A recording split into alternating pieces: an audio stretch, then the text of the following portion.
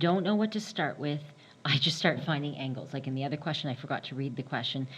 Find the indicated angle. I'm just going to find everything. So if you go, I don't know how to get there, I know for a triangle it adds to 180. So for here, I'll do 180 minus the 65 minus the 40 on my calculator, and I get 75 degrees.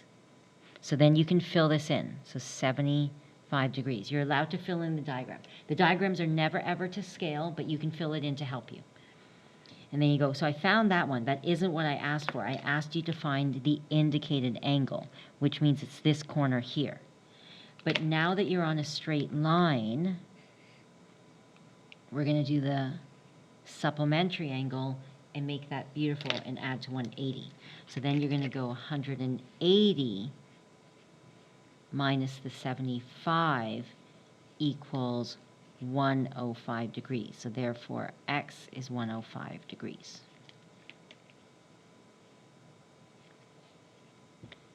Okay, let's try it again. Again, if you don't know how to find x right away, just fill in everything that we do know. What we do know is that this is isosceles.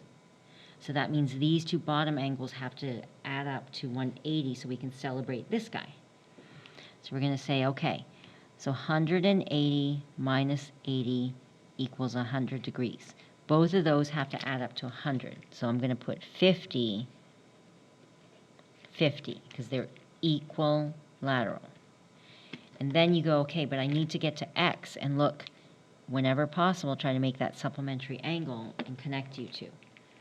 So then we've got 180 minus the 50 equals 130, therefore x equals 130 degrees. Okay. For this next one, this is the special pinwheel one where you're pulling it closer and closer, so it's going to become a full circle. So you're going to go 360 minus the 60 and minus the 150. Okay, so you want to subtract all those to get this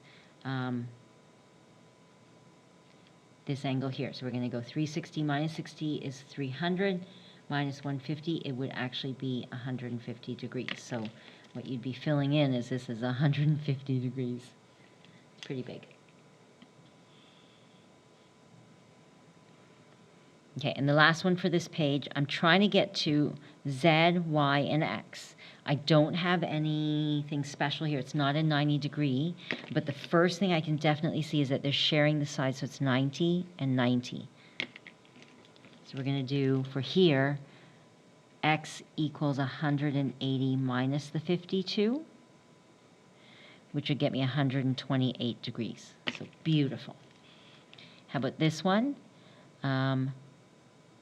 So it adds to 180, so it's going to be Z equals 180 minus the 30, so Z equals 150. Woo, 150, and this is 128 degrees. So then you go, okay, wait, did I need to find any of that? Yes, we did. So we needed X, we needed Z, but that's unrelated to the Y. The Y, we could have found it right away. So Y is going to be the triangle, which means I don't need those guys out there. I need you to know that Y is going to be 180 minus the 52 and minus the 30. So 180 minus 52 and minus 30.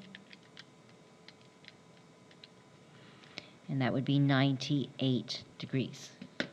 So 98 degrees. So that's this one that's missing there. Again, when you're doing these questions, I tend to just fill in as much as I know. Even though I don't know what the question's asking for, I'm going to fill in a bunch of the angles.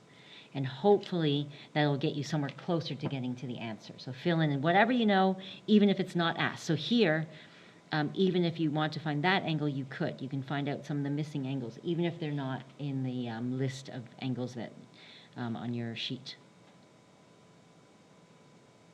Okay, so even if it's not specifically saying find X, Y, and Z. So for here, I found the 75 so I can get to the X. So even if it's not being asked for, see the Z and the X, I did want to find that, and I had to find Y. I needed the triangle. Here, I didn't need anything else. Here, oh yes, here, in this question.